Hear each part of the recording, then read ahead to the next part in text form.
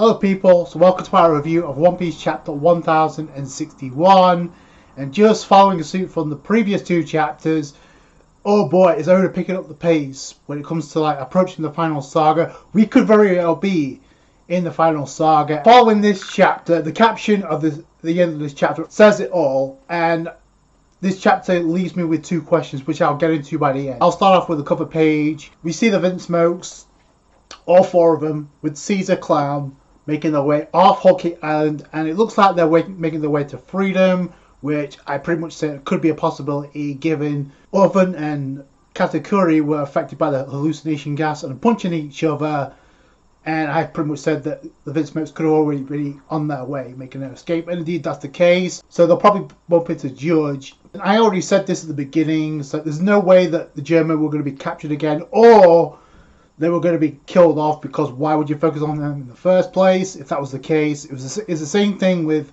Pound, even though it was annoying to some people that he had survived Oven's attack only to be brought back in the cover story. It led to him reuniting with Chiffon and Lola, his two daughters, which in turn is probably going to lead to Lola reuniting with Nami at some point, especially now we're at the end game. That has to come at some point. So the Vinsmokes, the same reason. Especially now, this highly focused on science, which I'm sure Sanji's going to have some type of involvement with. We start off with jewelrybonney being somewhat rescued, although she got spat out the eddy that Zoro cut up in the last chapter, but she's still in hot water. Chopper can't get the job done to save her, so Luffy has to come in. He takes off from the Sunny and grabs a hold of her, but as they're doing this, there's a shark right underneath the Sunny. You can see the shading, so that was pretty cool. And Zoro describes it as a metal shark as soon as it comes up from the surface. It literally came out of nowhere, and they just about avoided it. Separates them from Luffy and Chopper and Bonney, who get swept to sea. Jinbei goes in, because obviously he's familiar with the sea, so that makes total sense. The Sunny tries to make an escape for it, but reveals a cannon inside its mouth and fires a missile right at the Sunny. The Sunny just avoids being attacked. Jinbei has a hold of Bonney, Luffy and Chopper. There's a current going on, and the current's too strong, so they're separated from the others right now. Then we have the shark about to fire again, but in comes a robot. Now initially when I saw this, I thought it was Frankie with a new model, but no, especially with the end of this chapter, it's not. And it just literally just one shots this shark, blows it up, and like I said, it separates the crew. You see Zoro holding his mouth, and it looks like Sanji has Robin, but then it cuts to a nearby island, a naval base, and we see Tashigi. Now, call me blind, but I didn't see Smoker at all in this chapter, and usually when you see Tashigi, you'll probably see Smoker, so where's he at right now? Either way, this gives us more exposure to Sword.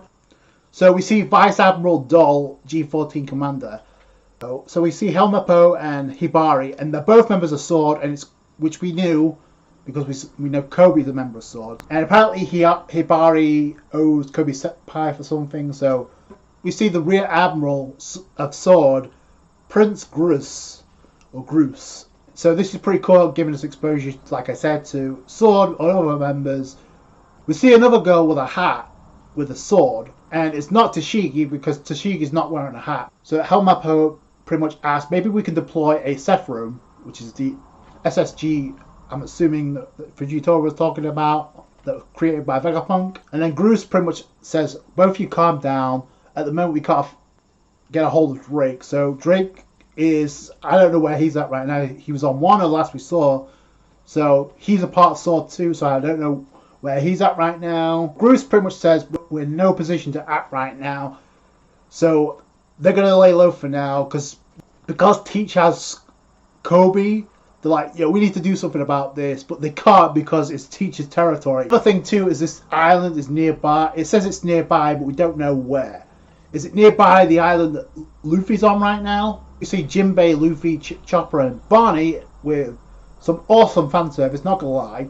Barney's like, thanks for saving me, but don't forget we're enemies. And immediately Luffy's getting it wrong, so don't sweat it, Bogey. So, like I said, awesome fan service. A lot of people are going to like this chapter for various different reasons. That's probably one of them.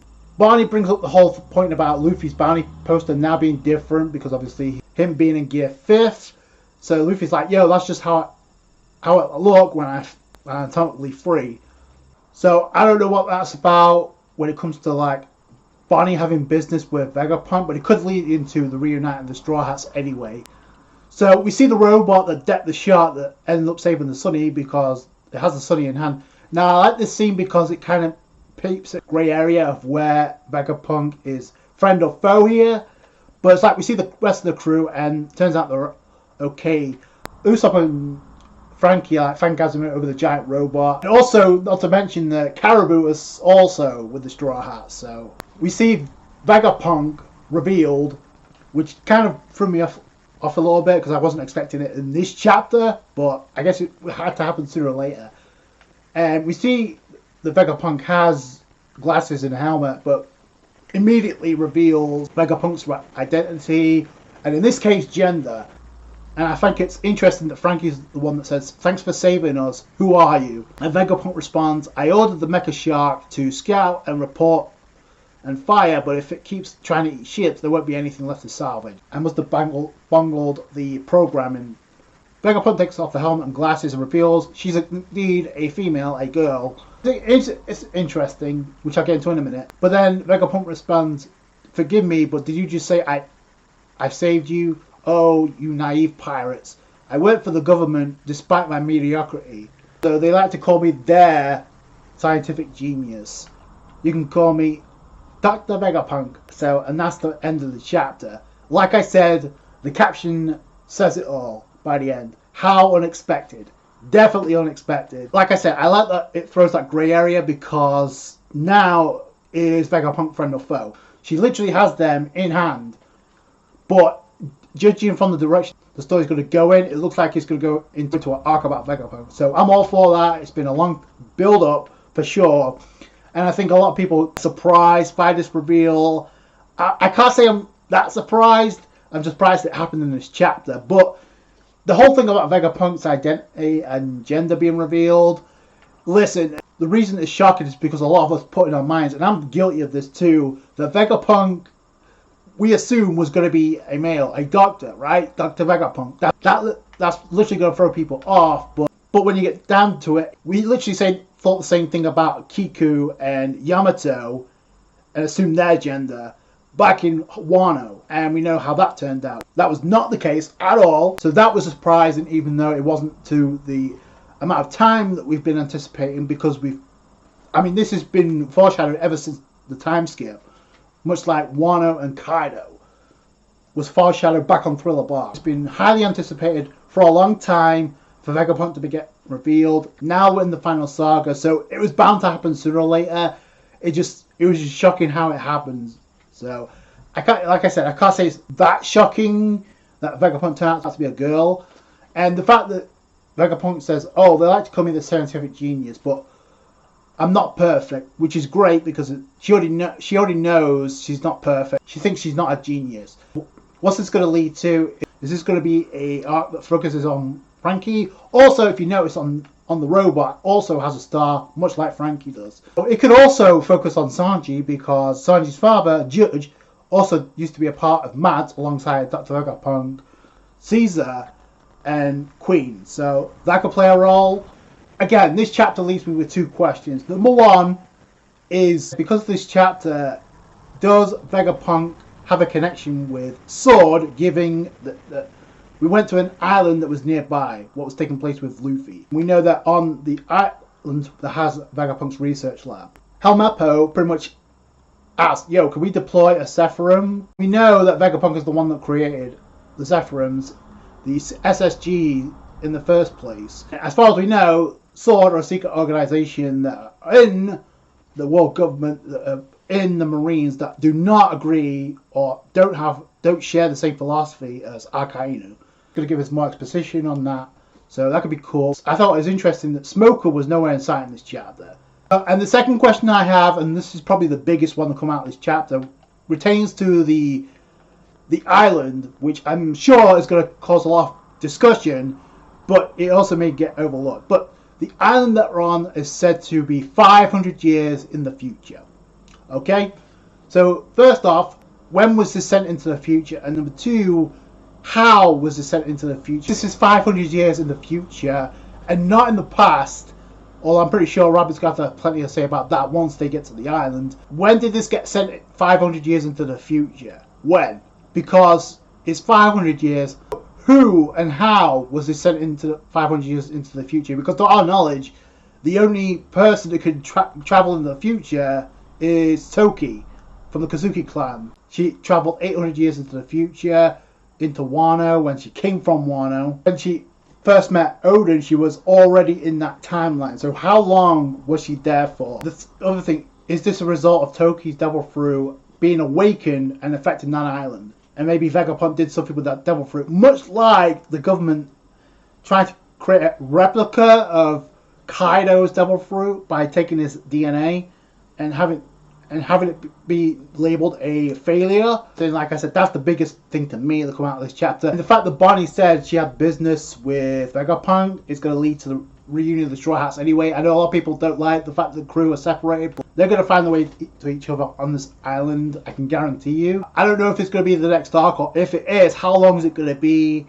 Is it going to be similar to like the Reverie? Given the way this arc and given the way this chapter ended up, Bonney is going to be sticking around with the Straw Hats. Listen, I hate to be the one saying I told you so, but the main thing to me is like Bonney could feed them information, but it looks like we're going to have to get the reunion first. The fact that Jinbei asked Bonney, hey, what happened to your crew? She literally said, I came alone. So that's very, very convenient that Bonney's ship just happens to be destroyed, because it means that now, without the Straw Hat, she's got no way to get off that island. It looks like Bonney's going to be sticking around with the Straw Hat. She doesn't have a ship anymore. And the fact that she said she came alone makes me wonder what happened to her crew, because we haven't seen them before the time skip. So Bonney's going to be an interesting player in this arc. I'm interested in playing going forward. I said the same thing about Boa Hancock, because if she doesn't have a role, then Oda would have Blackbeard kill Boa Hancock and take her devil fruit,